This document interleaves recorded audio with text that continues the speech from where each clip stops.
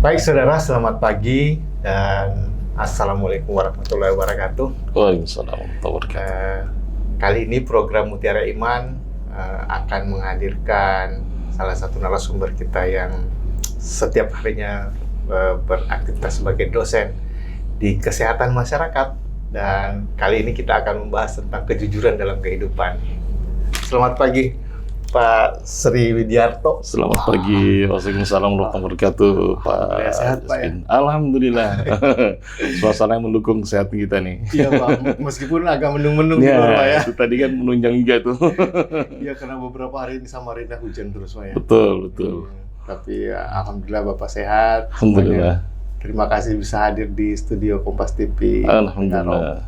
Dan hari ini kita akan membahas tentang bagaimana kehidupan kita untuk selalu jujur kepada semua manusia di muka bumi. Bahkan mungkin seluruh alam semesta ini yang harus kita jujur. Bagaimana berkehidupan. Kita jujur dalam mengelola lingkungan, kita jujur dengan para sahabat, orang tua dan semuanya. Silakan Pak. Baik. Assalamualaikum warahmatullahi wabarakatuh. Alhamdulillah wa syukurillah wa nikmatina nahan wa quwwatina billah. Asyhadu an la ilaha illallah wa asyhadu anna Muhammadar Rasulullah. Allahumma shalli wa sallim wa barik ala Muhammad wa alihi washabihi ajma'in. Amma ba'du. Qala Allah Ta'ala, ya ayyuhalladzina amanu ittaqullaha wa kunu ma'as shadiqin. Pak Jasmine yang luar biasa nih, segar bugar nih. Atas izin Allah kita bisa bertemu dalam acara Mutiara Iman pagi ini.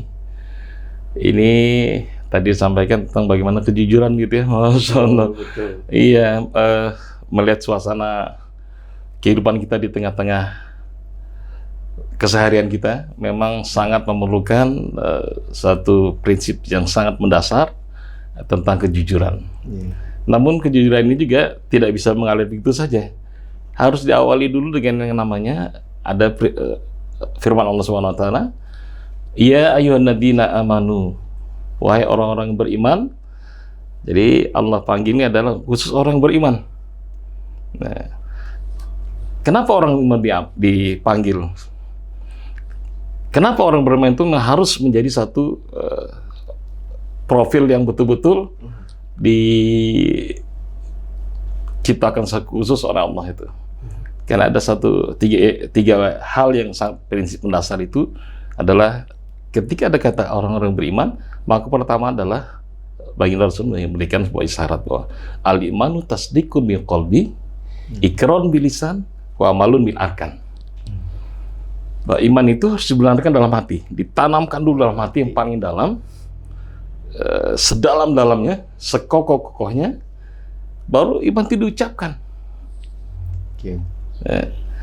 Asyhadu an la ilaha illallah atau la ilaha illallah, baru nanti berikutnya lagi tentang amalul bil arkan, dilakukan perbuatan nyata dalam seluruh kehidupan kita.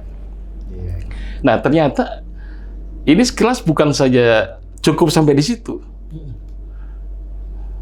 Ya ayyuhalladzina amanu ittaqullah, bertakwalah kepada Allah. Selain beriman tadi, tidak hanya cukup sampai di situ saja.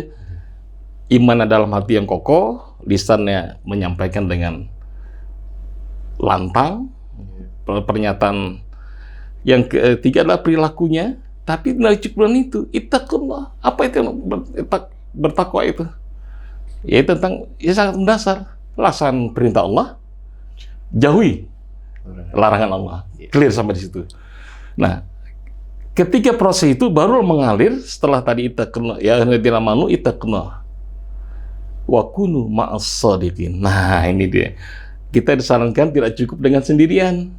Kita berada dalam satu komunitas, tanda kutip ya, orang-orang yang benar-benar berperilaku jujur, berusaha. Ini kan memang gampang diucapkan Pak, jujur itu, tapi perilaku keseharian itu luar biasa. Betul. Saya sering nyampaikan bahwa jujur itu pahitnya sesaat, nikmatnya sepanjang hayat. Nah, nih para pemirsa Mutiara Iman yang dirahmati Allah Subhanahu Wa Taala, seperti itu memang pahit gitu. Nah, tapi harus dilakukan. Betul. Apalagi di suasana menjelang konon kabar-kabarnya oleh para ulama itu, di situasi kehidupan kita adalah situasi menjelang akhir zaman. Iya, iya. Nah, akhir zaman itu nggak ada lain prosesnya, itu adalah pertarungannya itu hak batil, baik buruk. Iya. Ya, yang hak itu adalah backingnya Allah, yang buruk itu adalah batil itu backingnya iblis dan antek-antek yang semua itu.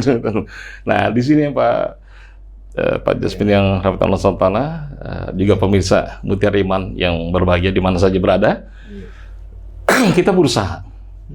Bukan kami menyampaikan begini, ini kita berusaha paling jujur, belum tentu. Kita berusaha semaksimal mungkin. Termasuk misalkan tadi, kenapa kita harus berkumpul? Kita bayangkan, kalau kita berkumpul dengan orang yang nggak bagus, kebaikan kita pun akan tergerus. Iya. Sejelek apapun perilaku kita, berkumpul dengan orang baik, minimal nanti akan kena imbasnya gitu. Nah, gitu. Jadi memang sangat luar biasa tentang jujur ini. Nah, termasuk ini ada sebuah kisah seorang anak kecil nih. Pada di masa-masa dahulu nih, dalam sebuah riwayat diceritakan bahwa ada seorang anak kecil, dia sebagai seorang pengembala. Dia mengembalakan kambingnya dengan yang sudah tidak terhitung banyaknya. Iya. Nah, pada saat itu ada seorang laki datang. Wahai anak, saya mau beli kambingmu satu. Bukan milik saya. Oke. Milik tuan saya. Iya. Nah, tuanmu kan tidak ada. Nggak ada di sini. Begitu banyaknya engkau ambil satu saja, atau dua, atau berapapun, tidak akan ketahuan. Iya, tidak ada yang tahu. Tidak ada yang tahu itu. Tapi yang sangat mengejutkan adalah ketika seorang anak kecil diberikan sebuah, dia dipancing-pancing untuk yang hal seperti itu, hal yang tidak jujuran, dia mengatakan apa? Fa'aina Allah. Maka di mana Allah? Sangat luar biasa seorang anak kecil tadi tertanam dalam hatinya. Tidak cukup dengan ditanam hatinya, diucapkan dengan lisannya, perilakunya. Nggak ada yang lain. Satu saja diambil sudah tidak ketahuan. Jangankan satu, 10, 100 mungkin tidak ketahuan. Iya. Tapi dengan konsep keimanan tadi itu yang dia matang, walaupun dia masih kecil, dengan keimanan yang sangat luar biasa itu, dia mampu mengejawantahkan, mengimplementasikan dalam kehidupan dia tentang kejujuran. Nah, itu sangat luar biasa di situ. Nah, kita ambil sebuah pembelajaran di dalam kesempatan yang berbahagia ini, para pemirsa Mutiara Iman Kompas TV yang dimanapun saja berada. Iya. Sampel dari anak kecil tadi setidaknya memberikan sebuah pembelajaran yang besar kepada kita, bahwa bagaimanapun di situasi kondisi apapun, kejujuran itu jangan sampai ditinggalkan. Nah, itulah kenapa itu perilaku itu jujur, termasuk misalkan saat ini kita perlukan semuanya. Ya. Bagaimana seorang yang memiliki keimanan, ketakwaan, dia harus jujur di pasar sebagai seorang pedagang. Betul. Seorang memiliki keimanan hebat yang kokoh, takwanya bagus, dia harus jujur di sekolah. Ya. Dia harus jujur di kampus. Dia harus jujur di bengkel. Iya. Dia harus jujur di rumah sakit. Dia harus jujur dimanapun berada. Betul. Nah, seluruh aspek kehidupan itu masuk di sana. Betul. Termasuk dalam proses ucapan kita, Iya. perilaku kita. Iya. Makanya ada istilah pepatah kan, lidah itu tidak bertulang. Bisa berbohong, bisa jujur. Nah, itu dia. Bisa memanipulasi. Nah, itu dia. Ya, makanya dunia yang kita harapin, kita lihat dimanapun saja berada di dunia ini, yang namanya bentuk-bentuk ini kan bisa saja dimanipulasi. Iya. Ya. Yang benar bisa jadi salah, salah jadi benar. Betul. Tapi ketika itu iman itu tertanam kokoh dalam diri seseorang, siapapun, profesi apapun dia miliki, iman itu ada, nilai ketakwaan itu ada, diimplementasikan. Iya. Nah, contoh sederhana misalkan bengkel nih. Iya. Kalau saya sering nyampaikan itu, saya tinggal, Mas, pertama kali bengkel situ, kuncinya satu saja sih sebenarnya, jujur. Betul. Dan ini semakin menarik, Pak, tentang bagaimana kita Tapi Jangan kemana-mana dulu pemirsa. Kita akan jeda sejenak dan pembahasan dan pembicaraan dialog kita hari ini di Mutiara Iman kali ini sangat menarik. Saksikan berikut ini.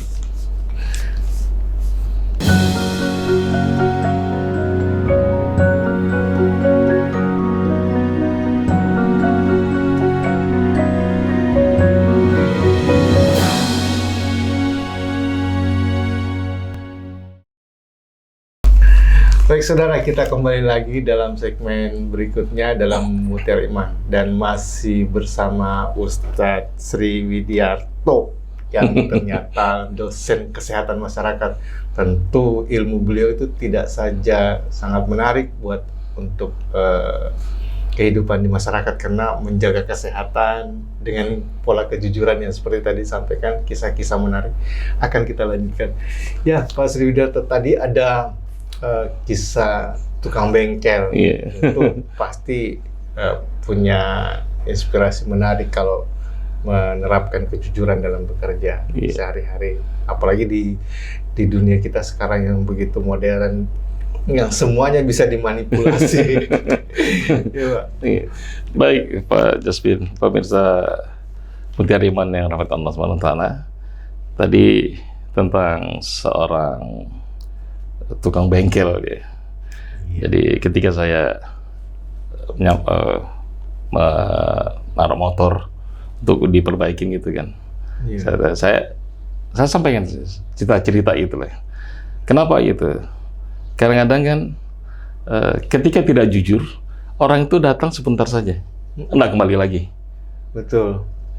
Walaupun itu murah, misalkan gitu ya. Betul.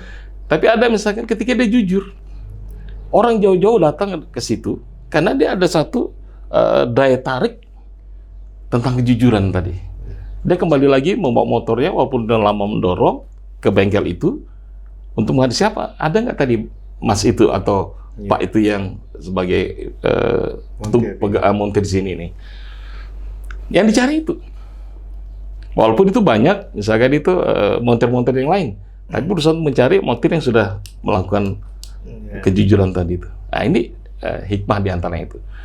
Di sisi lain kita lihat juga misalkan di pasar, Masya Allah kan itu luar biasa timbangan. Iya. Paling sering itu. Itu. Saya pernah ini experience gitu. Iya. Beli salak misalkan satu tempat atau jeruk itu satu tempat. Dia menghitungkan begini nih. Ditaruh 2. Kemudian plastik hitam kresek gitu ya. Dan itu saya beli misalkan 30 butir gitu. Dia ambil udah 2 gini. Tak ini. Sekali, 2 kali saya paham, begitu kali saya tahu. Begitu dia masukkan 1, diambil lagi, dia 2 kelihatan gini, masukkan 1. Sampai terakhir selesai, saya katakan, Mas, tolong dihitung ulang. Ketawa. Oh gitu. Pedagang itu ketawa. Saya katakan, Mas, jujur itu lebih bagus. Iya. Nah, sederhana itu kan. Tapi kita tahu, tapi kita tidak perlu menegur dengan sesuatu dengan satu yang bisa membuat orang itu jatuh. Nah, itu. Tapi dengan tadi, Mas, tolong jujur. Nah, itu kan pesan-pesan kita memberikan sampel yang tidak mukul orang. Ya, dilus lah gitu. Dengan tegur yang sopan, dengan etika yang bagus gitu. Nah, ini di kehidupan kita nyata itu begitu. Iya. Nah, di sisi lain misalkan sampel-sampel kejujuran itu mahasiswa gitu, misalkan atau siswa. Kita belajar. Di mana saja kita misalkan ini. Saya selalu nyampaikan kepada teman-teman itu agar jujur. Kalau masalah nilai gampang. Betul. Nilai itu gampang. Tinggal naruh saja kan A. Iya, kalau A itu berapa? A maksimal 10 atau 100 atau berapa komanya itu. Tapi yang didapat itulah di balik nilai itu. Di balik huruf itu. Dia kompetensinya ada nggak gitu. Iya. Nah, kalau dia tidak jujur, nggak dapatkan itu. Dia hanya dapatkan selembar ijazah, tapi substansi di balik jasa itu dia tidak mendapatkan ilmu. Iya. Nah, ini implementasi kehidupan kita sehari-hari. Di mana lagi gitu, Pak? Kira-kira di mana saja itu? Angka misalkan 1.003 titik koma. Iya. Rp1.000. 1 miliar berapa 09 gitu. Iya. Itu komanya diganti titik. Berubah nggak itu, Pak? Iya, berubah. Nah, itu dia. Betul. Makanya kalau tidak jujur kan repot urusannya itu. Betul. Nah, sekali lagi jujur itu bukan saja milik orang-orang beriman, siapapun bisa jujur. Siapapun bisa jujur. Betul. Nah, hanya saja memang bingkai dalam agama Islam, pemirsa Mutiara Iman yang rahmatan Allah SWT, Allah memberikan sebuah isyarat tadi. Ya ayyuhalladzina amanu ittaqullah wa kunu ma'as shadiqin. Agar ujung akhirnya itu sudah menjadi orang yang jujur. Kalau jujur aman dah gitu. Dari sisi psikologis misalkan, Pak. Iya. Ketika orang tidak jujur, tenang nggak hidupnya? Oh, pasti gelisah. Tenang nggak hidupnya? Betul. Dia selalu dibayangi dengan kayak ini, kita melihat gini, ini ada bayangan kita, selalu mengikutin. Nggak mungkin bayangan Bapak ngikutin ke saya tuh. Iya. Bayangan kita dimanapun kita pergi, akan kita sembunyi dimanapun. Iya. Di rumah besar, temboknya tinggi, di dalam itu adalah ruangan di dalam itu ada lagi, sampai ruang bawah tanah lagi itu, ada ruangan lagi. Iya. Orang tidak jujur, dia tenang nggak hidupnya deh? Tetap gelisah. Tetap tidak tenang. Gelisah, itulah bentuk satu siksaan yang terlihat efeknya itu. Wah, secara psikologis baru di dunia, nggak ada ketenangan. Coba kita lihat orang yang jujur, dia gelisah nggak? Tenang nggak hidupnya? Ketemu siapapun, no problem. Nggak ada masalah. Jadi berhadapan siapapun, nggak ada masalah, karena dia jujur. Tapi ada juga tadi satu yang saya garis bawahi, Pak Ustadz. Menegur orang yang bohong tadi dengan secara halus. Ini mungkin salah satu langkah yang cukup baik. Itu gimana kalau dalam kehidupan dan ajaran-ajaran Rasulullah itu, Ustaz? Iya. Rasulullah itu luar biasa juga kan, menegur termasuk masalah kejujuran tadi itu. Iya. Ya, ada bohong tapi dibolehkan dalam Islam. Termasuk misalkan ketika Rasulullah makan hidangan yang disiapkan oleh istri beliau. Iya. Mungkin garamnya banyak. Gitu, bagaimana enak. Iya. Padahal asinnya nggak ketulungan. Iya. Karena tidak terkontrol. Nah, itu tadi kan. Nah, atau mungkin gulanya kebanyakan, kemanisan gitu kan. Iya. Jadi enak. Atau asam atau pahit kan begitu misalkan. Iya. Dalam konteks seperti itu kan, dengan bahasa yang beliau sampaikan seperti itu, memberikan bukan berarti dibolehkan bohong dalam hal yang lain, tapi itu ada dibolehkan. Ya, artinya Memberikan apresiasi. Iya, kepada apa yang sudah dilakukan oleh istri beliau. Iya. Nah, juga tadi sampel tadi diantaranya seperti itu. Iya. Juga dengan lain misalkan, ketika seorang itu melakukan suatu kebohongan, apa langsung bilang lu bohong lu gitu? Iya. Kan tidak begitu tuh. Kalau gitu bisa ini nih. Bisa marah orang. Bisa berantem gitu. Makanya kan dalam proses mengingatkan itu, tazkirah itu ada tahapannya. Tidak serta-merta langsung dengan, kalau dalam bahasa itu ada seru 5, tanda seru 5, tanda seru 2, tanda seru 1. Tidak ada tanda seru. Iya. Lu bohong. Iya. Kira-kira Bapak marah nggak itu? Iya, agak marah, Pak. Lu bohong. Wah. Lu bohong.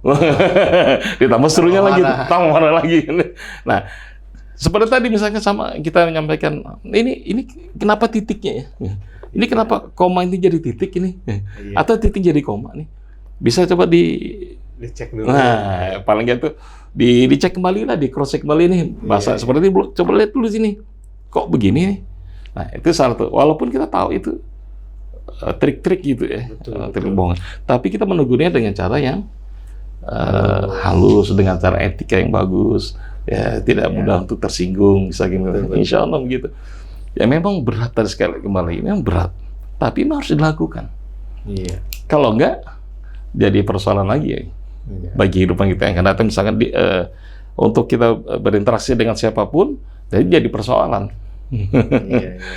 Nah, mudah-mudahan dengan pembelajaran yang tadi, termasuk misalnya sampel-sampel dari seorang anak kecil, bengkel, atau yang jualan atau pedagang, ataupun nanti yang sebagai seorang administrator, atau seorang accounting, ya.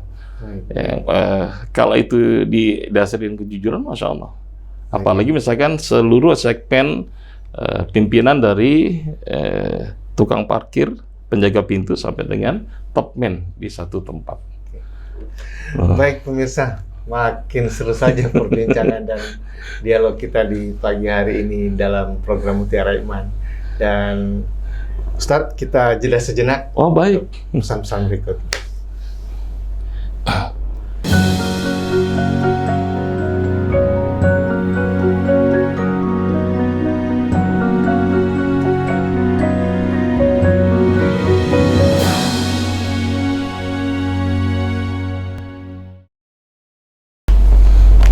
Selamat datang lagi saudara, dan masih dalam program Mutiara Iman bersama Ustadz Sri Widiarto yang juga sebagai dosen di Kesehatan Masyarakat di Universitas Widyagama Mahakam Samarinda, dan masih di bincang-bincang kita tentang bagaimana kejujuran dalam kehidupan kita sehari-hari. Nah Ustadz, kira-kira orang kan selalu berpikir tidak jujur dan berperilaku bohong, kadang-kadang bisa menguntungkan dirinya sendiri atau kelompoknya dan golongannya. Nah, kira-kira apa nanti dampaknya yang bisa berakibat fatal bagi orang-orang kelompok-kelompok ini yang suka berbohong? Baik Pak, ya jujur itu siapapun, dan dia akan memiliki dampak secara umum, tadi secara pemikiran, secara lisannya, secara hati juga perilaku. Nah, ketika orang yang biasa jujur, dia akan memiliki dampak memikirkan sesuatu itu, dia nggak terkenang. Dia semakin memikirkan untuk berbuat curang, semakin tidak jujur, dia semakin disibukkan dengan kegiatan itu. Dan dia semakin berpikir untuk bagaimana curang, dia semakin susah hidupnya. Ini secara pemikiran termasuk psikologisnya tadi. Nah, lisannya juga begitu. Nah, lisannya ketika dia sudah mulai, misalkan ini pemikiran sudah mulai tercemari, terkontaminasi dengan ketidakjujuran, mulai ngaco lah bahasa mudah sekarang. Kemudian dia akan bicara itu seperti keluh. Dia mau ngomong terbata-bata gitu, Pak ya. Mau mengungkapkan itu susah. Apalagi misalkan dia ada kontradiksi dengan hatinya. Betul. Hatinya masih ada benih-benih kejujuran, tapi ada sesuatu yang dia mau keluarkan, ketidakjujuran.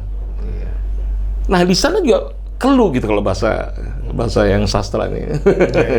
Keluh, susah mau ngomong, agak susah gitu. Itu bisa bayangkan ketika terjadi seperti itu, berarti ada sesuatu secara efek dampak negatifnya itu adalah dia dirasakan betul yang bersangkutan.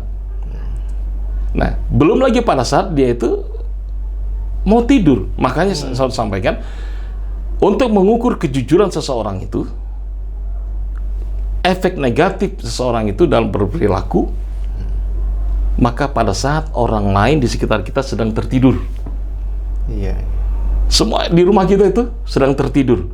Kita sedang masih terbangun, kegelisahan yang sangat luar biasa secara psikologis, tidak ada ketenangan, pikiran sudah kacau balau, mau lisan ngomong tuh sudah berantakan, perilakunya sudah istilah itu anak-anak muda sekarang salting gitu. Salting kan mau ke barat dia ke timur, utara ke selatan, bisa seperti itu.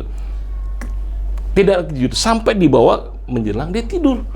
Kalau bahasa itu, bahasa Bugisnya apa nih? Kalau bahasa Jawa itu kelam-kelam. Kalau bahasa Indonesia apa nih, Pak? Kelam-kelam tuh kalau kita mau tidur gitu, mata itu apa itu? Antara mau tidur dengan enggak gitu. Ini mau pejam, Tapi nggak bisa. Nggak bisa tidur. Kalau matanya, nggak tahu kalau ini, mohon maaf nih kalau bahasa nanti buka di kamus lagi itu.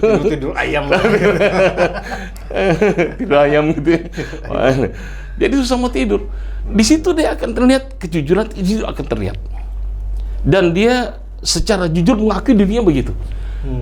Tapi ketika dia keluar masih mempertahankan ketidakjujurannya, yang terjadi seperti tadi. Tidak ada ketenangan. Betul. Dia ketemu siapa mau buka pintu takut kalau ada orang yang di istilah itu dibohongin itu. Wah, ada orangnya nih. Betul. Sudah ngalem mau keluar rumah, mau naik motor, mau naik sepeda, mau naik mobil. Ada nggak nih? Ada nggak gitu? Nah, banyak itu perilaku itu. Kita itu. Nah, efeknya begitu kan luar biasa, Pak. Itu baru di dunia. Betul. Belum nanti di akhirat sudah jelas lah itu. Nah, di dunia saya seperti itu, maka tidak ada ketenangan hidup. Efeknya tidak ada ketenangan itu. Maka kembali lagi statement yang saya sampaikan bahwa orang yang jujur itu pahitnya sesaat, nikmatnya sepanjang hayat. Betul. Orang yang bohong, manisnya sebentar, pahitnya sepanjang hayat dia. Apalagi kalau ditangkap sama polisi. Itu dah itu belum ditangkap itu kan. Belum ditangkap itu baru masih bebas leluasa itu. Nah, konteks seperti ini makanya Pak, itu juga semua di segmen masyarakat kita itu termasuk apapun profesinya, mari kita sama-sama untuk berusaha jujur. Kita bukan yang terbaik tapi berusaha untuk menuju kebaikan itu. Nah, ini di penghujung ini misalkan ada satu kisah yang sangat menarik lagi itu. Seorang pembunuh 100 orang. Sebelum dia 100 orang itu, dia mendatangi seseorang. Adakah pintu tobat untukku? Dia berusaha untuk jujur dia. Dia melakukan sebuah kriminalitas kalau bahasa sekarang yang sangat luar biasa sampai dengan nyawa sudah tidak berharga lagi. Dia datang ke tempat ingin bertobat, menyampaikan kejujuran itu kepada seseorang. Apa kata seseorang yang pertama datangin itu? Dia katakan, adakah pintu tobat untuk saya? Kalau bahasa anak muda sekarang, nggak ada loh. Nggak ada pintu tobat buat lo. Gitu. Apa yang terjadi? Pedang diambil dulu, penggalkan lagi dia. Lengkaplah 100 orang. Tapi dia berkeinginan kuat untuk menuju satu, ini bukan bab tobat, tapi mengarah kepada bagaimana tentang kejujuran hatinya tadi. Dia mau tobat, dia menuju satu tempat. Ketika menuju satu tempat, ketemulah dengan seseorang, dia sampaikan, bahasanya sama. Adakah pintu tobat buat saya? Dengan kejujuran hatinya, saya telah membunuh 99 orang ini kan. Dengan jujur dia sampaikan. Lalu kata seorang yang kedua tadi, siapa yang mau menghalangi engkau bertobat? Tenang sudah, mulai tenang deh. Cukup sampai di situ? Ternyata tidak. Bagaimana saya untuk menuju bertobat tadi itu? Dengan kejujuran yang disampaikan. Kau datangi satu dusun, kalau di Samarinda nggak ada ya, di Kaltim nggak ada dusun ya. Kampung ya. Kalau di Jawa ada desa, bawahnya itu dusun. Menuju satu dusun, apa yang mereka kerjakan, lakukan. Subhanallah, dengan hati yang membara, membawa kejujuran, dengan fisik yang sudah tertatih dengan limpahan dosa begitu besar, tapi kekuatan hatinya, kekuatan fisiknya, dia berusaha untuk menuju satu kejujuran itu. Dia melangkah, belum sampai tujuan, baru berapa saat dia meninggal. Ibaratnya itu sebuah benang merah, batasnya hanya berbalik badan saja. Ternyata ahli kisahnya itu dia diterima tobatnya oleh Allah Subhanahu Wa Taala karena kejujuran tadi. Andai kan dia nggak jujur, dia berkelit ngomong tadi, apa yang terjadi? Mungkin cerita tidak seperti itu dalam sebuah sejarah. Nah, tinta emas sejarah tentang kejujuran itu harus kita jadikan pembelajaran yang besar bagi kita. Siapapun kita, besar kecilnya manusia, apapun profesinya, maka kita berusaha dengan sungguh-sungguh, yakinlah Allah akan berikan yang terbaik. Nah, termasuk demikian para pemirsa Mutiara Iman, sekilas tentang kejujuran tadi, bagaimana tentang ketenangan psikologis, tenangan secara fisik kita untuk suatu tempat menuju kejujuran itu akan membawa suatu berkah hidupnya nanti insya Allah. Di dunia tidak, di akhirat insya Allah kan mendapatkan itu. Amin. Maka di dunia sudah terlihat orang yang jujur, maka dia tenang hidupnya. Orang yang tidak jujur, maka selalu bisa tanpa sebuah rekayasa. Insya Allah seperti itu. Baik, terima kasih Pak Ustadz atas pencerahannya di pagi ini tentang bagaimana kita hidup yang harus jujur dan tidak boleh bohong, dan ini akan berdampak dari segi sendi-sendi kehidupan pada diri kita dan pada diri orang lain, dan mungkin bagi seluruh makhluk hidup yang ada di muka bumi. Alhamdulillah. Baik pemirsa, itu tadi bincang-bincang kita dengan Ustadz Sri Widiarto yang juga selaku dosen di Fakultas Kesehatan Masyarakat di Universitas Widya Agama Mahakam Samarinda. Dan beberapa poin yang paling penting adalah bagaimana hidup ini dijalani dengan pola yang jujur, tidak boleh bohong karena itu akan merugikan bagi dirinya sendiri dan bagi orang lain. Dan terima kasih Ustadz atas hadirnya. Dan kita akan akhiri dialog Mutiara Iman kali ini, pagi ini, dan kita akan berjumpa lagi di Mutiara Iman selanjutnya. Assalamualaikum warahmatullahi wabarakatuh. Waalaikumsalam.